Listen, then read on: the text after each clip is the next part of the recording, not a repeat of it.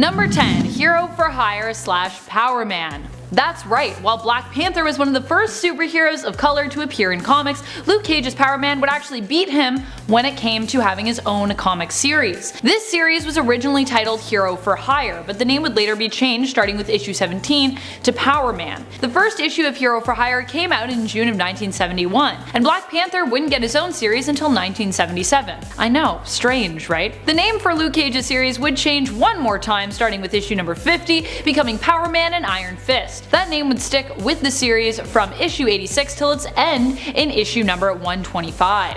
Number 9. The Amazing Spider-Man. When many people think of Marvel Comics, this is often the hero they think of first. The first volume of Amazing Spider-Man would see its very first issue come out in March of 1963, and the first issue was very much an origin story, one that we'd become all too familiar with in the animated series and films to follow about everyone's favorite Spidey-themed hero, Peter Parker's Spider-Man. The series would be a long-standing one and would produce hundreds of issues, and although it has been relaunched, the story of Peter Parker continues to be one that comic book fans everywhere have become obsessed with, making Spider-Man one of the biggest superheroes, especially one of the biggest superheroes to come out of Marvel Comics. Number 8. Fantastic Four. The Human Torch was actually the first character to appear from the Fantastic Four in Marvel Comics number 1 in 1939. Sort of anyways. Marvel Comics was an anthology magazine comprised of various heroes' adventure shorts. I know, I said no anthologies, but I think this is a pretty cool fact. The Human Torch that actually first appeared in Marvel Comics was actually Jim Hammond. Hammond would later be reinvented in the Fantastic Four team as Johnny Storm, Sue's brother, so the character, while different,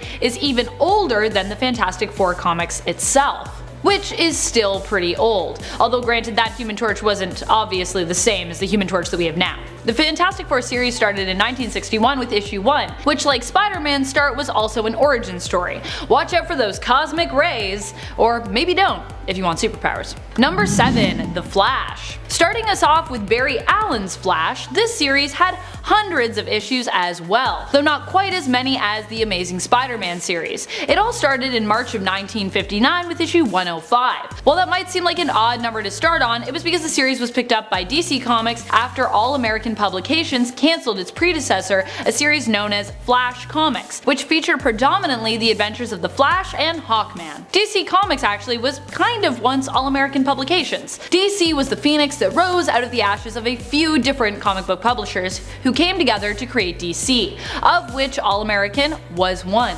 And then later, that original Flash 2 from Flash Comics, Jay Garrick, would also become part of our continuity. Fun fact. Jay Garrick was one of the few Flashes that actually got to retire, post and die, or go back into the Speed Force, or any of that fun stuff. Number 6. Wonder Woman. Wonder Woman would get her own series in 1942, shortly after her appearance in All-Star Comics issue number 8. The first issue even introduced a female associate editor of the magazine, Alice Marble. Marble was known as an acclaimed tennis player. While her time on the DC staff editorial board was brief, she was also a self-proclaimed fan of Wonder Woman, who was responsible during her time with DC for the Wonder Woman of History feature in the comic, which retold the stories of real-life famous historical women. Wonder Woman's first story involved her saving Steve Trevor, and introduced us to the world of the Amazons. Apparently, Amazons liked riding kangaroos around originally. Did you know that? At least they look like kangaroos, I don't know. Giant kangaroos, we ride them in combat. I wonder when horses became a thing in these comics. I need to read more old Wonder Woman, because it seems like a time. Number 5. Joe Chill. While we didn't know who he was at the time, Joe Chill would go on to become a huge supervillain in Batman's life. He would be known to Bruce Wayne as the man responsible for the death of Batman's parents. Well, responsible. More, he was known as the perpetrator. The circumstances surrounding the murder of Martha and Thomas Wayne in regards to it being part of a great plot or just a random mugging gone wrong would continue to be explored even after we found out Joe Chill's name. Either way, Joe Chill has been a huge villain in Batman's life anyways, because he took away Bruce Wayne's parents, which is kinda Batman's whole thing. Number 4. The Monk. The Monk first appeared in Detective Comics issue number 31, shortly after Batman's first appearance a few issues previously. He is often dressed in red robes, but his first appearance also featured him wearing a red cloth bag with eye holes on his head, marked with a skull and crossbones. So stylish. This was way back when Bruce Wayne also had a fiancée named Julie. The Monk ends up hypnotizing and kidnapping Julie. Batman, however, ends up chasing him down and facing a castle filled with booby traps in order to save his fiancée, who does not know apparently that her betrothed Bruce is actually the Bat. The issue ends with Batman swearing vengeance, soaring off to Hungary to find the Monk and his werewolves? I just love that part because I'm always like, wait, what do you mean you're going after his werewolves? He has werewolves? What? Did we find that out in that issue? I don't remember that being mentioned, but maybe I forgot. Number 3. Dr. Death. While his New 52 appearance is terrifying, Dr. Death actually first appeared in Detective Comics Volume 1, issue number 29, and looked just like your average mad scientist guy. He was one of the first supervillains that Batman ever encountered and is often known as a producer of biological weapons. You know, evil mad science stuff. Like most of Batman's supervillains, he isn't superpowered himself. His first appearance saw him being apprehended by Batman only to go down in a blaze of flames, though at least Batman tried to stop him from going down in a blaze of glory by tossing a fire extinguisher at him. So helpful, Batman, thanks for that. Needless to say, this wouldn't be the end of Dr. Death and we would definitely see him again. Now he's got that crazy bone serum that just makes bones grow everywhere. Used it himself, so he's got these crazy teeth. You should show them the picture. Number 2. Ultra Humanite. One of Superman's first foes before Lex Luthor even. I know, it's crazy. If you haven't noticed yet, comics both seemed to act as a celebration for science while also having an obsession for its less honorable uses via mad science, as we like to call it.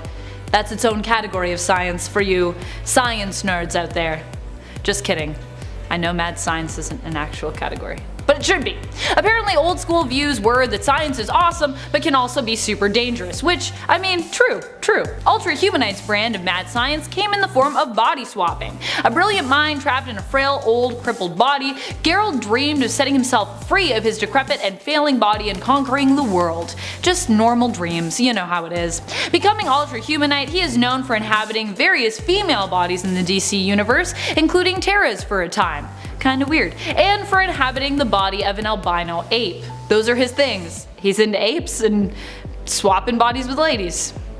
It's normal.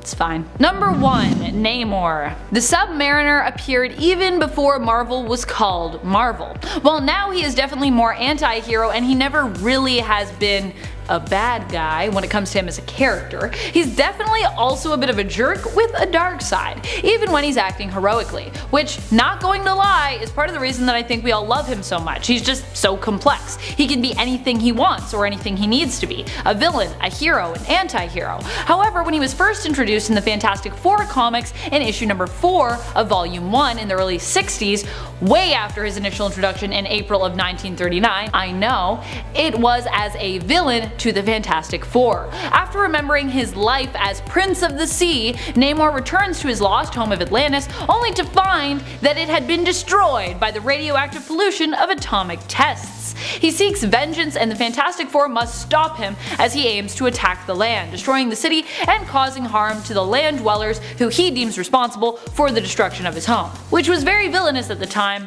but I feel like now a lot of us are cool with this because we're like, hey, you know, the ocean's real polluted, so like, yeah, fair enough. Also, they really did that. They really used to set off atomic bomb tests underwater. That's a thing that we did. Shame on us. At number 10 is Tigra, first appearing in her own Marvel comic book called The Cat in 1972. This superhero just doesn't get the spotlight very often. Considering she has been a member of the Avengers in the past, it would only make sense that she might appear more prominently in more recent issues, or even MCU movies. But sadly, her most recent appearance was in a supporting role in Avengers Academy between issues 1 and 39. Tigra's powers began as an experiment by Dr. Joanne Tumalo, who gave her powers attached to wear costume, and in this form she was simply known as the Cat, but down the line is when she eventually mutated into Tigra, a human-tiger hybrid, through a mystical ritual. She was then bound to a race of humanoid cat people from the Middle Ages, which she could then transform into on command from her human form, using the cat's head amulet. She's a pretty cool hero, so I wonder why they haven't really brought her back in any big way. Maybe they found her too similar to DC's Catwoman, who knows. Next up at number 9 is Stingray, an oceanographer turned superhero who builds his suit in order to explore the depths of the ocean. He helps construct an underwater city covered by a glass dome which he uses to try and grow food for mankind. He first appears in Tales to Astonish number 95 in June of 1967, so he's just on the cusp of the Golden Age. Just about. This guy is no doubt an older Marvel creation, and if you haven't heard of him, you may not be alone. Although he has appeared as recently as the Iron Man 2020 event, he still only appears briefly as a side character facing off against Captain Barracuda. But at least the writers of that issue probably had the same thought as me, that he deserves to come around again. Once again, my hunch is that he's just a little too similar to DC's Aquaman, which might keep Marvel from giving him any more spotlight than they already have in more modern issues. Although his buddy Namor the Submariner, looks like a carbon copy of Aquaman. But Namor appeared for the first time in Marvel's first ever comic book, Marvel Comics number 1 in 1939, whereas Aquaman didn't appear until 1941. But I digress. It just seems that DC found a way to occupy the underwater superhero market, which keeps us from seeing more characters like Stingray and even Namor more often. At number 8, we have DC's The Question, or just Question. Like Stingray, this superhero first appeared in 1967, but isn't showcased very much anymore. Usually teaming up with the Blue Beetle, this superhero got his last solo series in 1987, lasting 36 issues. He originally had the secret identity of Vic Sage, but was later reimagined in the 2006-2007 miniseries 52, and his protege, Renee Montoya, takes over the mantle. This character is just a good old-fashioned fighter, only really having abilities in martial arts and I guess sleuthing since he's a journalist by trade, but he's just got such a simple and cool film noir kind of look, and it would be cool to see him in a lead role again. Again though, his abilities and look are strikingly similar to Marvel's Chameleon, so maybe by holding back on popularizing this character too much, they're just avoiding butting heads with their competitors. Once again, it's hard to tell. Okay, at number 7, we've got Marvel's Dominic Fortune, or Dominic Fortunov. This character is not only old in terms of his first appearance in the comics, but the character himself is aged to the point where it's known to be one of his biggest weaknesses. First appearing in Marvel Preview number 2 in 1975, this superhero needs a comeback for the sole reason that he's just a guy. He doesn't have any powers, but fought in World War II and always seems to be getting caught up in assassination attempts and weird odd jobs. Like one time when he had to babysit 3 drunken actors in Hollywood for a weekend and had to call the cops on them after things got out of hand. And after that, Fortune actually gets recruited to the Avengers by Nick Fury in 1959. He's just a good old-fashioned human superhero who runs into human troubles and stays in his lane, but ends up getting the opportunity still to support the superpowered Avengers with bazooka blasts and covert ops. At number 6, we have DC's Dr. Fate.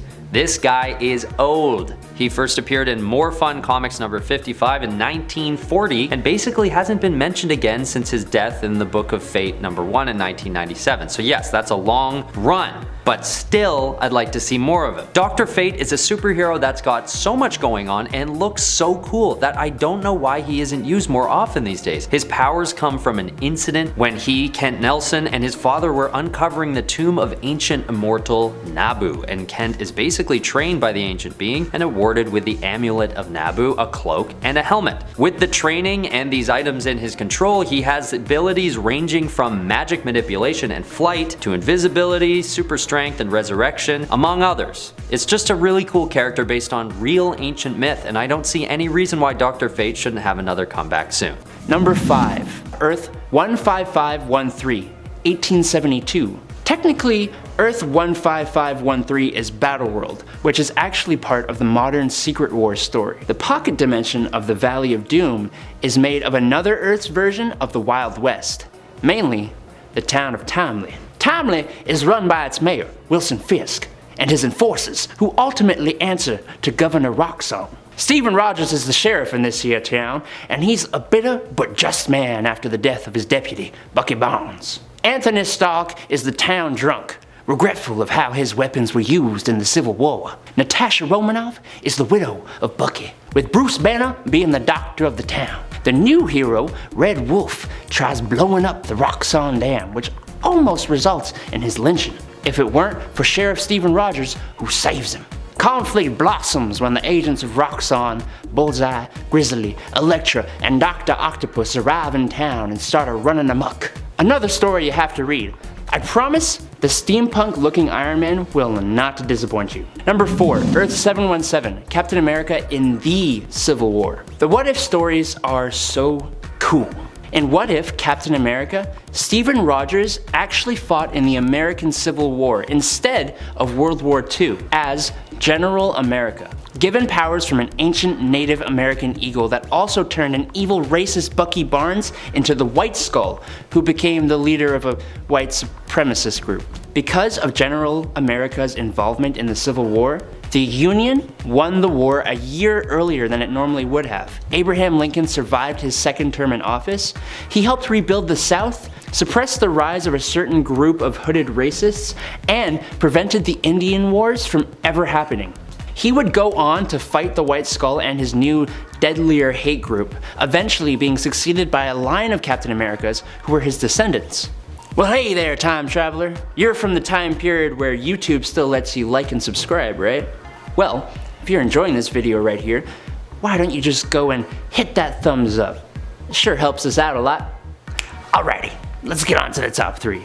Number 3, Earth 90214, Marvel Noir. In this alternate version of Earth, superheroes debuted in the 1920s and 30s instead of their normal timing. This Earth 90214 brought us Marvel Noir, with subsequent noir versions of Punisher, Wolverine, Iron Man, Daredevil, Luke Cage, the X-Men, and most famously, Spider-Man. Each story is a fresh, unique, and awesome take on each character, seeing how superpowers in this world are pretty much non-existent except for a few characters. For example, Spider-Man was bitten by a spider, but instead of being based in science, his powers derived from a spider god. Or Wolverine didn't actually have claws, he just carries like brass knuckle blade things. Another example would be the X-Men, who are actually a group of sociopathic criminals, led by an Xavier who believed sociopathy was the future of the human species, which is just incredible. Number 2, Earth 811, Days of Future Past. Earth 811 is a future timeline where Sentinels rule over North America. After their creation, almost all mutants have been hunted and exterminated. The mutants that were not killed are kept in concentration camps. Even the heroes who aren't mutants have been exterminated. The Avengers, the Fantastic Four, Spider-Man, Daredevil, they're all gone. But hey, this is the future, not the past. Yeah, I'm getting there, okay? Rachel Summers, the daughter of Jean Grey and Scott Summers, uses her telepathic powers to send Kitty Pryde's mind back into her younger self's body. Specifically, Kitty's mind went all the way back to the Halloween of 1980, where she informed the X-Men of what their future could become, and they prevented the assassination of Robert Kelly. The story is a whole lot more complex than that, and is also one of the most prized Marvel stories, so give it a read!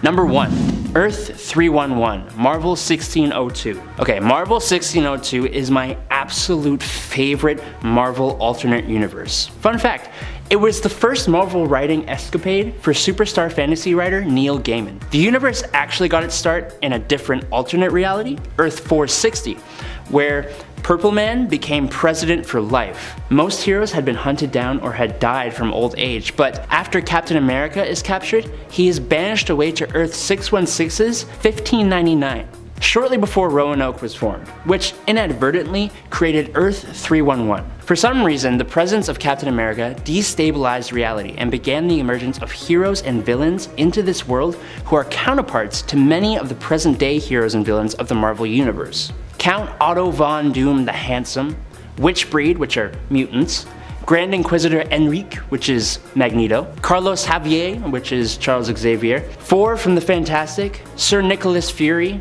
Peter Parquois, David Banner. The story is so interesting, intertwining actual history with superpowered beings.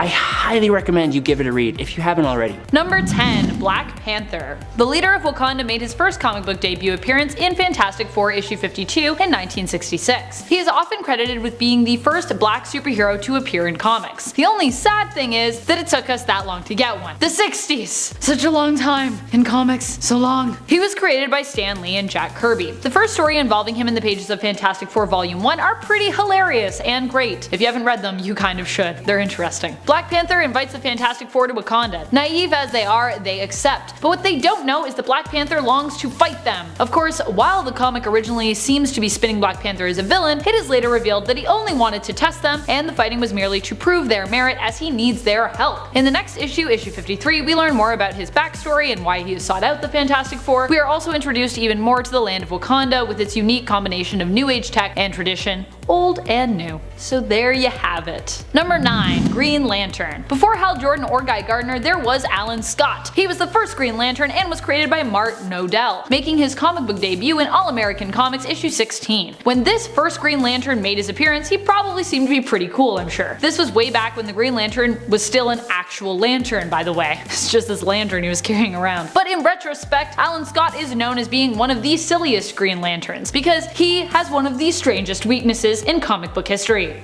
Wood. While there definitely wouldn't be openly gay superheroes for some time yet since he was introduced in 1940, I like to think the fact that he is helpless against wood might pose a double or symbolic meaning. I'll just let you ponder what you will about that. But that's just me. Either way, the weakness is a hilarious one to see in comics, just villains beating him with wooden clubs and baseball bats, and it would later be fully explained and made semi-logical later on, but still, it's ridiculous. And I love it. Number 8. Lone Ranger. The Lone Ranger originally started appearing in a comic strip and would later receive his own comic book series in 1948, which went for over 100 issues. Before he was even in comics though, Lone Ranger was a superhero recognized for his radio show, which debuted in the early 1930s. The first few comics consist of compilations of his comic strips, but new stories began with Lone Ranger starting with issue 38, which saw Paul S. Newman writing and Tom Gill on art. The Lone Ranger was known as a mysterious masked Texan Ranger who would fight bandits and outlaws in the Wild West of America, with his loyal pal Tonto and his trusty steed Silver. Hi-ho Silver away! Number 7. Tonto. You didn't think I was going to talk about Lone Ranger and just leave Tonto out of this list, did you? Tonto was originally shown as Lone Ranger's native partner and was part of the Comanche tribe originally. Some may think of him as just a sidekick, but as time progressed his character tended to be more presented as an equal and partner to the Lone Ranger rather than just a sidekick. He got his own comic book spin-off series in the 50s titled The Lone Ranger's Companion Tonto, and was often depicted as being witty and sarcastic, even going on to mock other less favorable portrayals of himself in pop culture that made him seem more savage. I like when heroic characters are self-aware and sassy like that. I feel it. Deadpool, She-Hulk, Tonto. Keep being sassy, keep being witty. Number 6. Superman. Superman is that hero that you usually think of when someone asks who the oldest superhero is during a trivia night. And honestly, I'm sure it's an acceptable answer by most trivia standards. But not here. Not here. Here we go further. Superman is widely thought of as being one of the oldest, the original American comic book superhero. But seeing as how he is number 6 on this list, I think us mega nerds would likely know otherwise. Still, he came out in 1938 and first debuted in Action Comics number 1. And honestly, if you read his original appearance, it's easy to see what all the hullabaloo is about. It's basically a piece created to show off and introduce just how unstoppable Superman is. In fact, Superman would continue to be presented as near invincible until the 80s, acquiring more and more powers with each appearance. And then we had to fix that. We had to tweak that because it's too much power. Superman was created by Jerry Siegel and Joe Shuster. Number 5. Ra's al Ghul. Ra's al Ghul was born around 700 years ago, and thanks to the Lazarus Pits, he has been able to keep his body in working order. But he discovered the pits when he was an older gentleman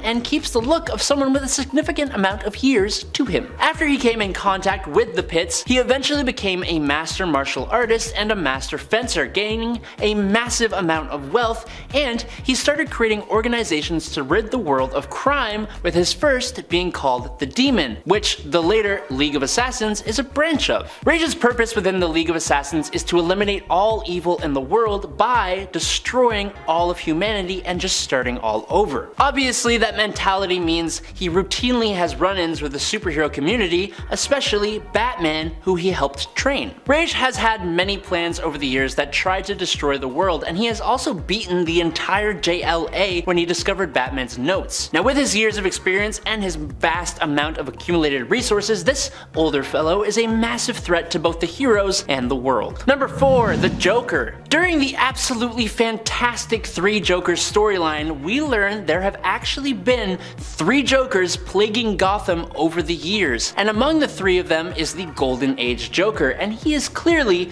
much older than the other 2. Now, to be completely transparent here, whether this story is canon or not is an area of debate, so it's up to you if this one counts, but the Golden Age Joker, known as the Criminal, is the only one of the 3 Jokers to be a predominantly serious crime lord, and he even says that laughing and smiling is physically painful for him. Another thing that makes this entry a little arguable is that of these 3 Jokers, we don't know which one, if any of them, is the Joker. Even if only one remains in the end, the best part of this story is the uncertainty about which one is the one who started it all. Now, seeing as the Criminal is the oldest, classic version, he seems to be the one who started it all, creating more Jokers to mess with Batman. But the other 2 Jokers have been featured in incredibly important Batman stories as well. The comic really explores all of it, and if you haven't yet, make sure you check out Batman 3 Jokers as soon as possible. Number 3, Maestro. The Incredible Hulk has certainly been through the ringer in his decorated career, but few versions of the character are the living embodiment of that fact, like the Maestro. An alternate version of Bruce Banner from an apocalyptic future, this version of the character is far more intense and complex, but also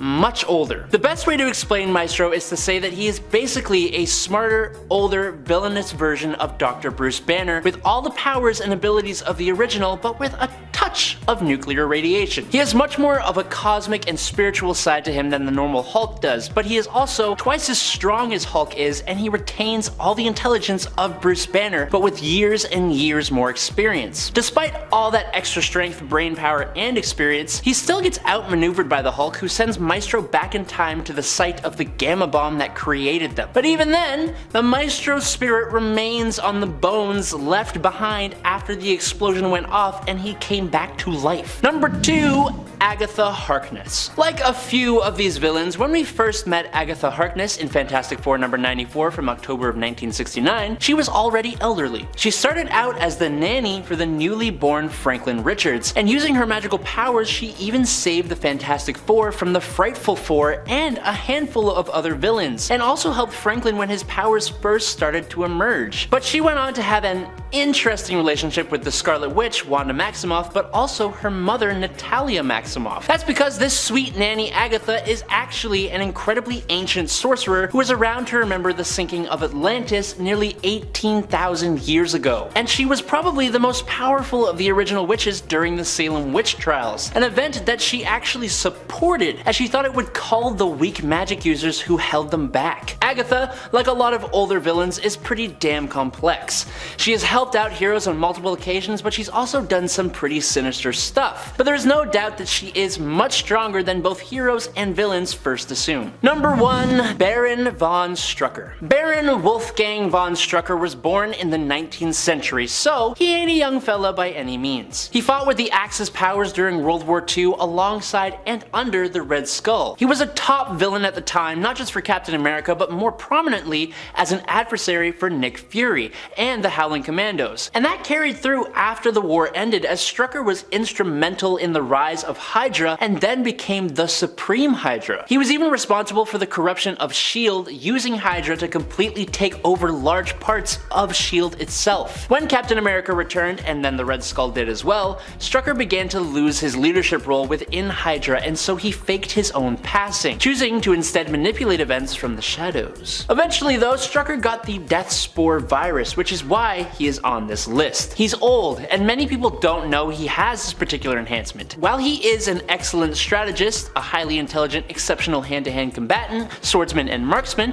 who uses Hydra tech to live longer and be in top physical condition, the Death Spore virus bonded Strucker's DNA with the Death Spore itself, enabling him to be revived after passing away. He hasn't aged since getting the virus, he heals at an incredible rate, is invulnerable to minor injuries, resistant to toxins and disease, and he can even release the death spore virus from his body at will, taking his victims' lives nearly instantly if he chooses to. Number 10. Chameleon. Chameleon made his first appearance in the very first issue of The Amazing Spider-Man. Although there are a lot of other famous supervillains that people think of when it comes to Peter Parker's gallery of famous and capable rogues, Chameleon was the first that Spider-Man would come up against. In this very first issue, Spider-Man attempted to join the Fantastic Four, who basically fight him due to the fact that they think he's some kind of villain for breaking into the Baxter Building. Of course, Spider-Man was only attempting to do so to impress them so they would invite him to join their team. When they refused to accept him into the team, Spider-Man set on his own to fight crime, and Chameleon disguised himself as Spider-Man to protect his own identity while committing crimes himself, ruining Spidey's reputation and ensuing Peter to go up against Chameleon to put a stop to him. Number 9. Dr. Von Doom and his Doombots. Sounds like a cool band. Dr. Von Doom and his Doombots. We were first introduced to Dr. Doom as a supervillain in issue 5 of the first volume of the Fantastic Four. In his introductory issue, the famous and brilliant villain used his brains and gadgets to capture the Fantastic Four. He wanted them to help him capture Blackbeard's treasure by using a time travel machine that he had constructed to send them into the past. In the end, they tricked him with a chest full of chains, and the thing smashed Dr. Doom to bits, only to find out that the Doom that they were dealing with was actually a robotic copy. The actual Doom also ended up getting defeated as well, and the Fantastic Four got away. But this certainly wouldn't be the last that they would see of Doom, who would become their most iconic foe. Number 8. Miracle Man. What's up with all these original Fantastic Four rogues who kidnapped Invisible Woman, by the way, or Invisible Girl as she was known then? Apparently kidnapping Sue was a classic villain move back in the day. Miracle Man was originally a stage magician who claimed that he was even more powerful than the Fantastic Four, who just so happened to be in his audience when he was performing. After that he proved this in his stage show, he decided that he should probably become a criminal. He was so talented and smart and obviously, I guess, selfish and villainous somewhat, if he decided to go that route as opposed to the heroic one, that he made the Fantastic Four think that a promotional statue for a film called The Monster of Mars had come to life. While the Fantastic Four were distracted dealing with that whole scenario, he pulled off a series of robberies. But don't worry, he was defeated. After, of course, he kidnapped the Invisible Girl. Like I said, that's a thing that people like to do back in the day. Number 7. Skrulls. That's right, Skrulls are some of the oldest villains around. Did you know that? I know, it's pretty surprising. Although they aren't exactly considered clean-cut villains anymore, they have even teamed up with Earth's mightiest heroes, the Avengers, before to help save the universe. Originally, however, the Skrulls appeared in Fantastic Four Volume 1 Issue 2, and were hell-bent on invading Earth. This was right after the FF team had been introduced, which was basically all that issue 1 was about, an origin story. The Skrulls knew that the FF were the main protectors of Earth, despite the fact that they'd sort of just started their superhero career, which is kinda weird. Anyways, they decided to impersonate the FF, commit a bunch of villainous deeds while impersonating them in order to frame them and have Earth's military capture and kill the Fantastic Four team, so that the Skrulls might then invade Earth with no one powerful enough to put a stop to them. Of course, this plan was foiled when the FF trapped the imposters, unmasked them as Skrulls, and ended up posing as those Skrulls to tell the Skrull leader that Earth's defenses were too powerful for the invasion to succeed, thus scaring them off. Basically, they defeated an entire Skrull invasion in that comic, so that's pretty impressive. The Skrulls that originally posed as the Fantastic Four members were forced to stay behind after the invasion left, because obviously the Fantastic Four was not going to let them go back up onto that ship. So they then decided to take the form of cows and continue to live on Earth in apparent peace. Peaceful cows.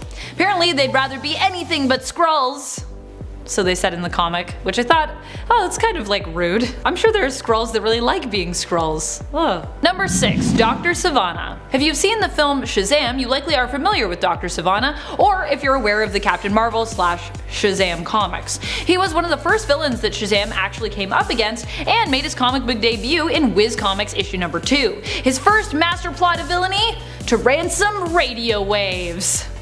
The 1940s, what a time. He asked for $50 million, and if he wasn't paid, threatened to create radio silence everywhere. Because this was the 40s, of course, that was a really big deal. Although right now we'd probably be like, who listens to the radio? But also $50 million is an insane amount of money to ask for. I feel like if Dr. Savannah hadn't been so greedy, it might have worked out better for him. Because $50 million in the 1940s? Jeez! In the end, Billy Batson and his Captain Marvel form defeated Savannah by smashing his radio silencer tech, which was like this huge machine by the way, to smithereens. But as promised, the Doctor would return to battle Captain Marvel, or as he's known now, Shazam, again, becoming one of his mainstay villains. Number 5. Green Lantern. This comic was originally published by National Periodical Publications, who, as we know now, would later become one of the companies that would amalgamate into DC Comics. The series would run for 38 issues and would introduce the first Green Lantern, Alan Scott. One of my favorites to bring up because I get to talk about his weakness to wood.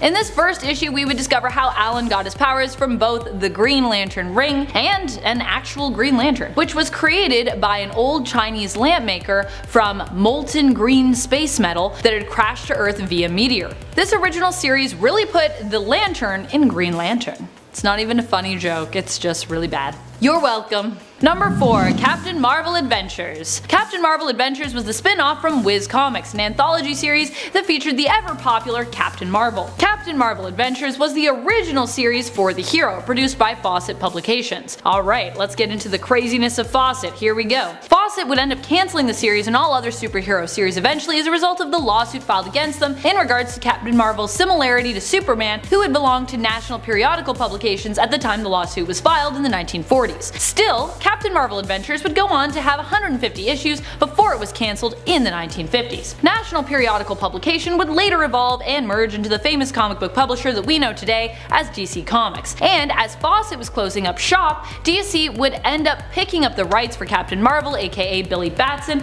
in the 1970s. Captain Marvel under DC would eventually evolve to become Shazam, originally the name of the magician who gave Billy his powers in his origin story in Viz Comics. Although later that magician would have a different name, have no name, all sorts of crazy stuff. The name change happened after Marvel Comics sued DC for rights to the name in regards to their own separate Captain Marvel, who first appeared in the Marvel Superhero series in 1967. Oh, comic book characters and lawsuits.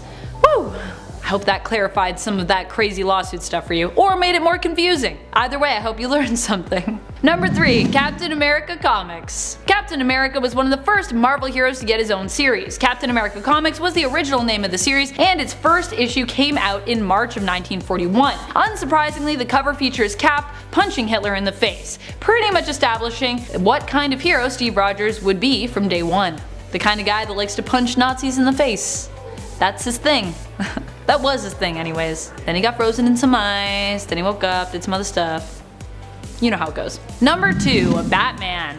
After making his first appearance in the Detective Comics series in issue 27, Batman would shortly after get his own series and go on to be one of the most iconic heroes in comic book history, and obviously one of my favorites. The first issue of Batman came out in March of 1940. It featured an origin story and introduced us to Batman characters who would go on to become some of the most famous, including Robin, James Gordon, Joe Chill, Hugo Strange, Catwoman, and Batman's one true supervillain, the Joker. Number 1. Superman. Superman first appeared in the anthology series Action Comics, and like Batman, he would soon after get a series to call his own. Superman Volume 1 Issue 1 would come out in June of 1939, almost a full year before his future BFF and fellow JLA member Batman. Superman's first issue was the typical origin story fare, but as soon as issue 2, we would also find ourselves introduced to some of Superman's mainstays, mostly in the way of supporting characters. In issue 2, we would meet both Superman's young pal Jimmy Olsen and his future girlfriend slash wife slash baby mama Lois Lane. Slash sometimes she's superwoman herself. That's also happened. Oh, Lois Lane. She's a pretty cool lady. Number 10. Avengers 1 million BC, Earth 616. Alright, look, I promise this is the only Earth 616 story I'm mentioning. But given the team and the story, how can I not? The Avengers of 1 million BC came together in the prehistoric era to face Zagreb the Aspirant, basically a mad celestial. The team was made up of Odin Borson, wielding Mjolnir, the mutant Firehair, the avatar of the Phoenix Force, the sorcerer Agamotto, like the Eye of Agamotto, that guy, Fan Fei the Iron Fist, the first ever Black Panther of the Panther tribe, a mammoth riding Ghost Rider, and Starbrand. They first appeared in Marvel Legacy #1 in 2017, and I'm not even going to explain the rest. Just go read it, please! Earth 76611, alternate history. In Fantastic Four Annual number 11 in 1976, Power Man knocked a vibranium cylinder into Mr. Fantastic's time platform, sending it back in time. The cylinder was split in two halves. The important to this topic half landed in occupied France in 1942 and created an alternate branching timeline, Earth 76611. In this alternate timeline, the socialist Germans used the vibranium to advance their war effort, successfully invading England in 1943 and even making it to Manhattan by 1944, taking over America by 1946. That's what half a cylinder of vibranium can do, apparently. The Fantastic Four realized what happened though, and through some confusing timefoolery, they managed to prevent this timeline from replacing the Earth 616 timeline. Number 8. Earth 9591, Ruins. This alternate reality is going to be the most recent one, taking place in the 90s. The timing of this one doesn't factor so much into its story though, as the more relevant detail is that this is the universe where literally everything goes wrong. The entire Fantastic Four, except Ben Grimm, who was replaced by Victor Von Doom, died on their test flight. The X-Men are held in a prison in Texas where they are horribly disfigured to stop them from using their powers. Peter Parker's spider bite caused an infectious rash that mutated his entire body and caused his hair to fall out. Bruce Banner becomes a monstrous mass of tumors. The Avengers all died in a rebellion. The Silver Surfer went mad, wanting to know what it was like to breathe air again. Nick Fury became a cannibal. All sort of that really lovely stuff, you know?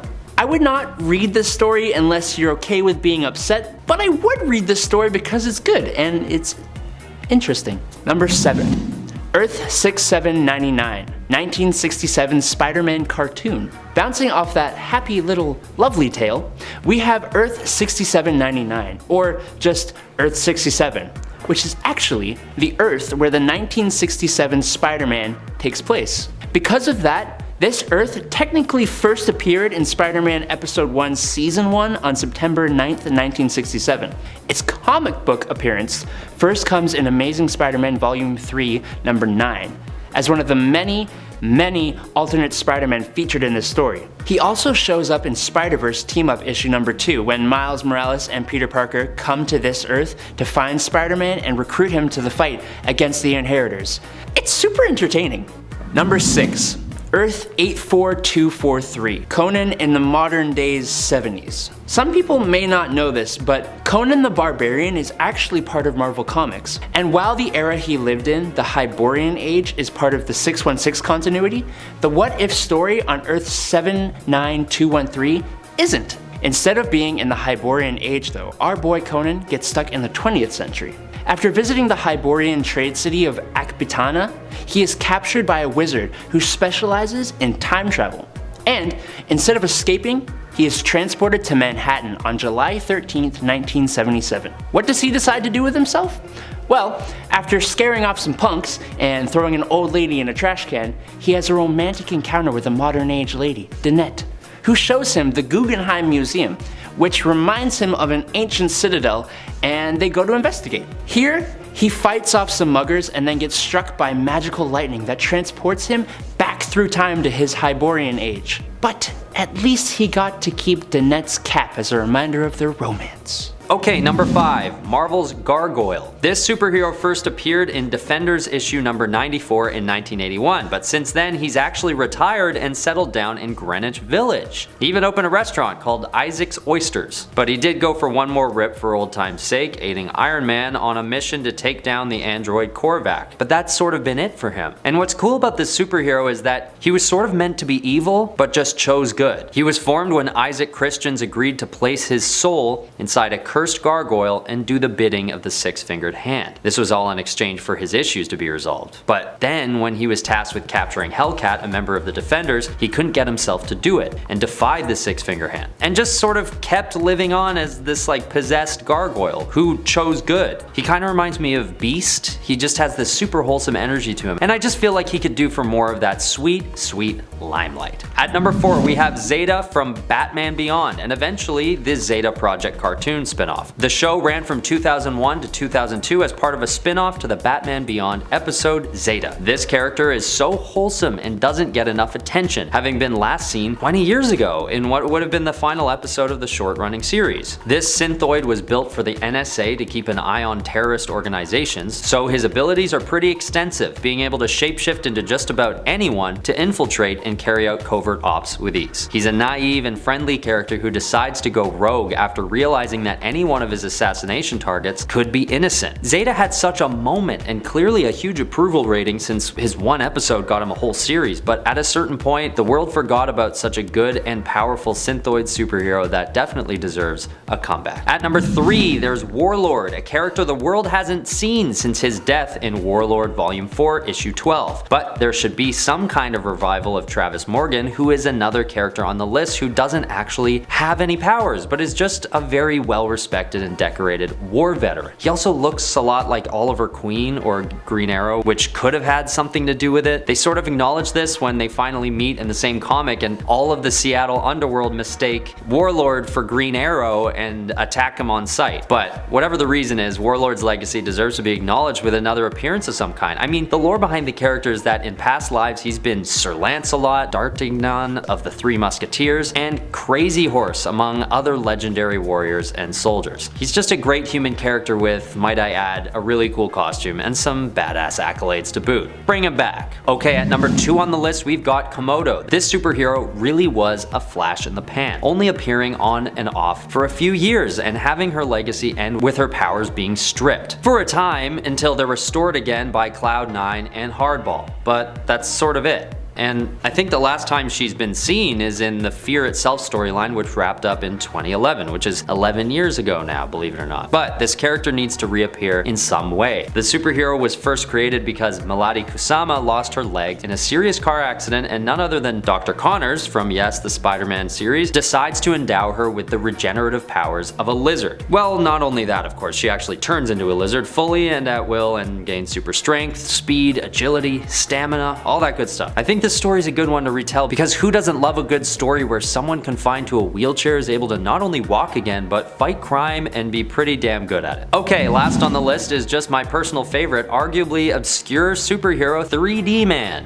An athlete turned superhero, 3D Man mysteriously gains superpowers after being stripped of his 3 Olympic gold medals. I mean, he was taking steroids, but there's always room for redemption, right? This character first appeared in 1998 and no one ever really talks about it. And to be honest, I didn't even know he existed until I started writing this list. And I want this hero to get more spotlight primarily because I'm a sucker for early 2000s culture, and this character is just such a great time capsule for that period, where everybody was obsessed with 3D for some reason, with DVDs coming with 3D glasses in the case, remember that? And 3D Man has the same nostalgic look to him, with many of his appearances being colored in green and red. If you want to look him up yourself, you'll notice that he originally went by the name of Triathlon and later changed to 3D Man during the Secret Invasion storyline. This guy just looks so cool and hits home with some good nostalgia for me, as well as probably anyone from the Gen Z or millennial generations. And there's also just a silly factor there too. 3D Man needs to come back. Please, can we? Just for 1 second. Number 10, Helena Wayne as Huntress.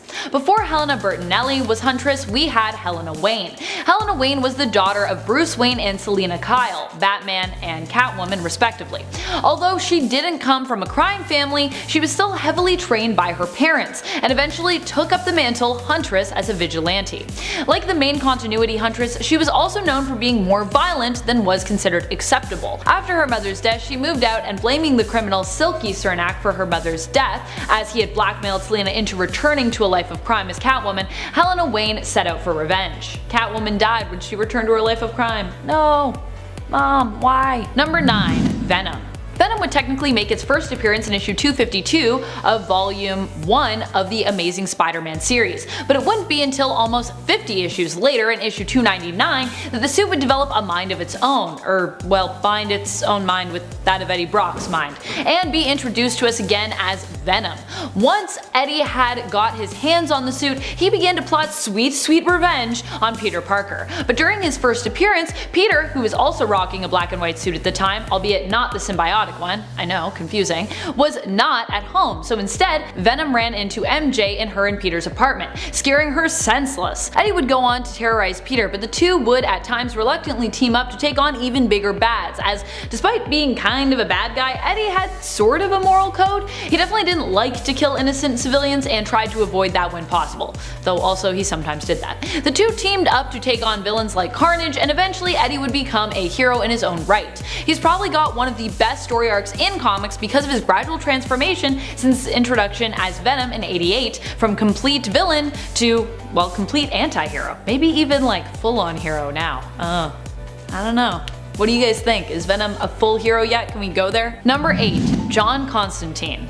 Constantine made his first appearance in Swamp Thing Volume 2, Issue 37. He is known as an occult detective from England who likes to do things his own way. He's somewhat violent and reckless, with somewhat of a disregard for the smaller things.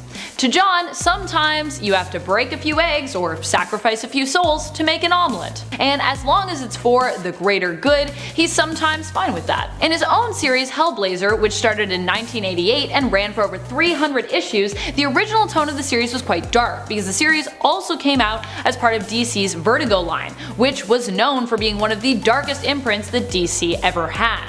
Of course, sadly, Vertigo is no more, but in its place we now have the stunning DC Black Label, so I guess it's fine. Just kidding. DC Black Label's really awesome. But still, can't we have both? Can't we have both DC? Number 7. V. V comes to us from Alan Moore and David Lloyd's series V for Vendetta. He's a mysterious character who is also known as Patient Number 5, who's said to be one of the many victims of abuse in a resettlement camp run by the fascist and villainous Norsefire-ruled government. It is believed that V was a test subject at the camp who escaped. He then adopted the mantle V and began to work on building an anarchistic uprising to topple the oppressive regime. His methods were meant to appear morally ambiguous so that readers could decide how to see him, as a hero or as a madman.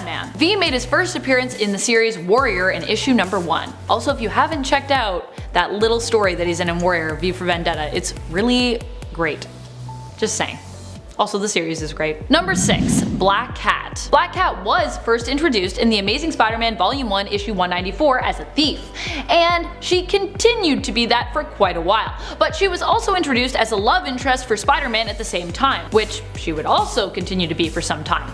Distracting Spidey with a kiss, she was able to get away with the goods she needed and succeeded in breaking her dad out of jail as a result. Though we wouldn't learn her dad's connection to her until the next issue.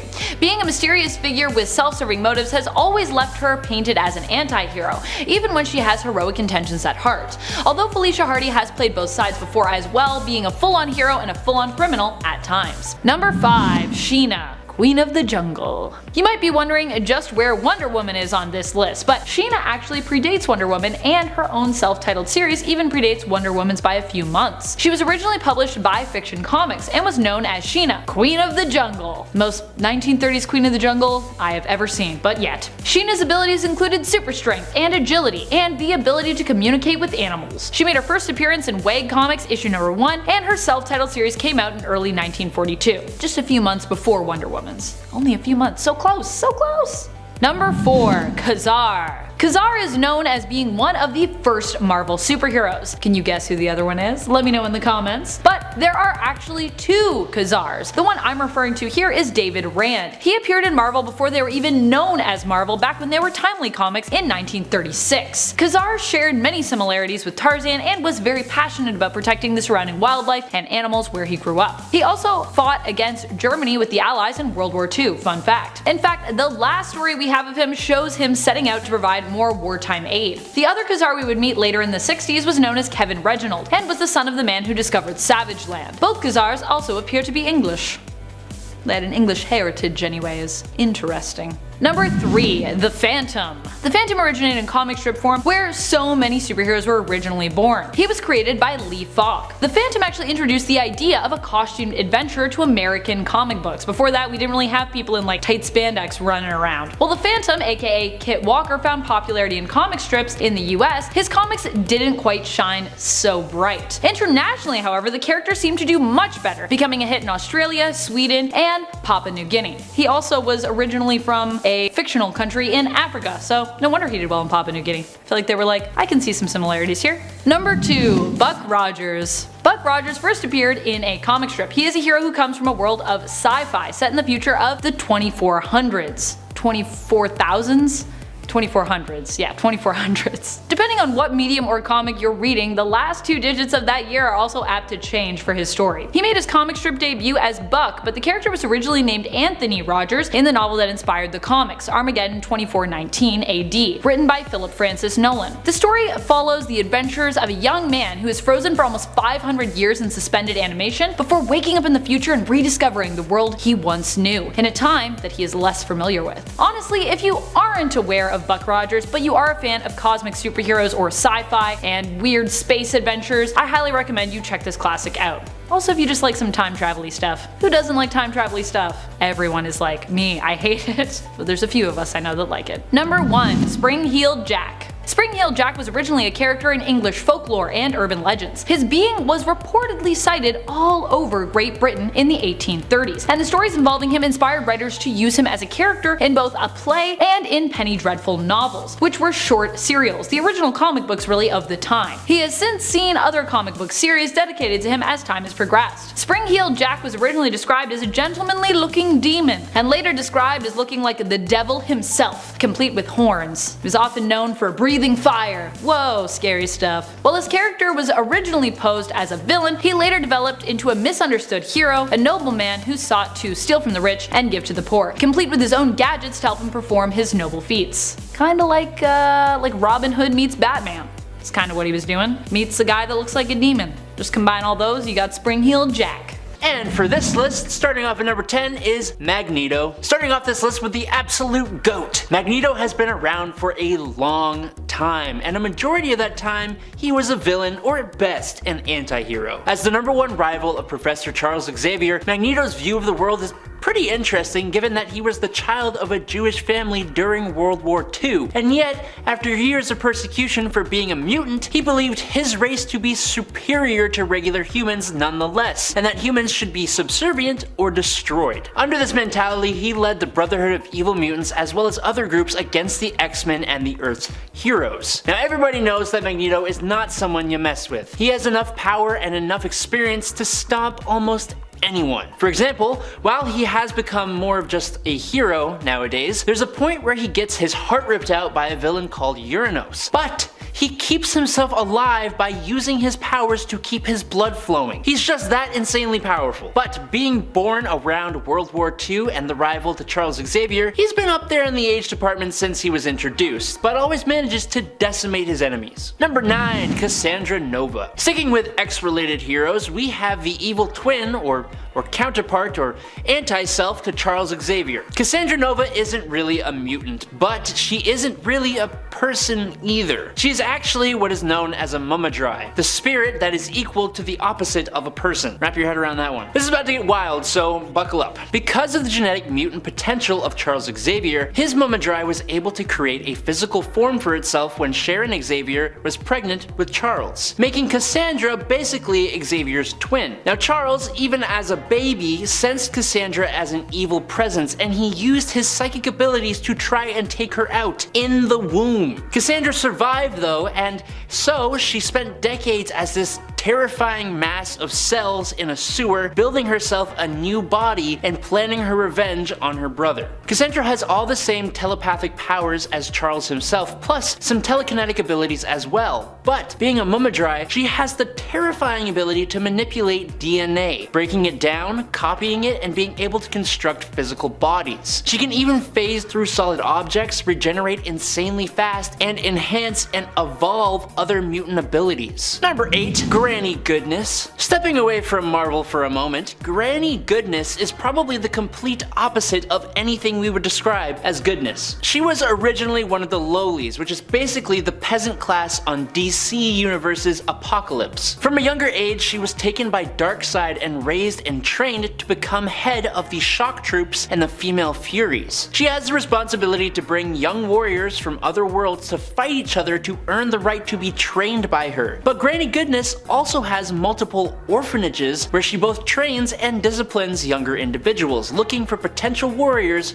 for Darkseid. Now, being a resident of Apocalypse, Granny here does have quite a bit of power. She has superhuman strength, speed, durability, and senses, as well as invulnerability and an advanced immune system and immortality. But being immortal doesn't necessarily save you from looking old as hell, which is why we get Granny Goodness. Number 7. Horticulture. You know, sometimes a group of villains comes along that just kinda makes me smile. And Horticulture, who first appeared in X-Men Volume 5, Number 3 in December 2019, are one such group. Horticulture is described on their wiki as a group of agrochemists, biotechnologists, and eugenic engineers who specialize in the genetic manipulation and propagation of all things botanical. So, to me and my tiny brain, I take that information and translate it to, it's a bunch of old plant scientist ladies. Because that's what they are. It's a bunch of older ladies who are seeking to radically depopulate humans from the Earth in order to bring the Earth and nature to a state of balance. With the climate the way it is right now, it's actually kind of an understandable cause, even if it's utterly insane. Using their know-how, they made biological modifications to themselves, like resistance to telepathy and extended lifespans, but they also developed technology to manipulate their environment, inhibit mutant powers, and generate illusions on men. But they also have experience as computer programmers, being able to access the Krakoan gateways and trade information with the villainous anti-mutant group known as Orcus. Number 6. Old Loki from the MCU. Alright, I'm going to step away from the pages of comic books altogether here. During the MCU's Loki show, Loki gets sent to the Void, where the whole place is basically filled with other alternate versions of himself. But he specifically became part of a group of 4 other Lokis. Boastful Loki, Alligator Loki, Kid Loki, and the topic for today, Classic Loki. Classic Loki had a similar story to regular Loki from the Sacred Timeline, but when confronted by Thanos in Avengers Infinity War, this Loki decided to use duplication magic to survive the whole thing. He then spent a hell of a long time on a remote planet, ashamed of the nefarious things he had done over time. When he finally tried to return to see his brother, Thor, who he missed, he was an older man, and them meeting caused a divergent timeline, getting himself pruned and sent to the Void. He has probably one of the best moments in the show. When Sylvie, Loki, and Mobius try to escape from the Void, and the reality-consuming Alioth tries to stop them, Classic Loki uses his magic to create a true-to-life, massive illusion of Asgard itself. All while this weird version of Ride of the Valkyries was playing in the background, distracting Alioth and giving me just straight-up goosebumps. Like, I am actually getting them right now just thinking about it. Like, it was such a cool moment. Satisfying. Number 5. Punisher. Probably one of the most iconic when it comes to the idea of what an anti-hero is. Frank Castle was also one of the first. It's likely because of him as well that the idea of seeking revenge became a somewhat dark one. The Punisher's main quest is to get vengeance, not just for himself, but for others whom he thinks deserve it. Originally, he turned to a life of vigilantism after the death of his family, who happened to be on a picnic at the wrong place, the wrong time, and were witnesses to something they shouldn't have been. As such, they were eliminated by the mob. Despite also being shot, Frank survived the attack, though the rest of his family died, and as a result, he swore revenge. He's also known for being an overly violent hero who fights with guns, which is something most heroes look down upon, preferring to use non-lethal force. The Punisher would achieve next-level anti-hero status when he also became the first anti-hero to kill the entire Marvel Universe in 1995, in Punisher Kills the Marvel Universe, paving the way for another popular anti-hero, Deadpool, to also do so years later. Of course, it would take Deadpool until the 2000s before that would even be a thing for him. The 2010s, as it were, actually. Number 4. Wolverine. Logan, being considered a little more rough around the edges and animalistic, is what quickly granted him an anti-hero status. As far as superheroes go, he was different. He made his first full appearance in The Incredible Hulk Volume 1 issue 181. Since the beginning, his violent nature and broodiness has made him both well loved by fans, but sometimes disliked by other heroes. He also has less hang-ups when it comes to killing people, even suggesting at times that it's the best course of action when dealing with villains, and having a pretty big thing for mercy killing when it comes to other heroes. This has also made Logan one of the biggest anti-heroes in the X-Men world. He just kills tons of people. People will be like, I think I'm gonna die, and he's like, I got you, don't worry.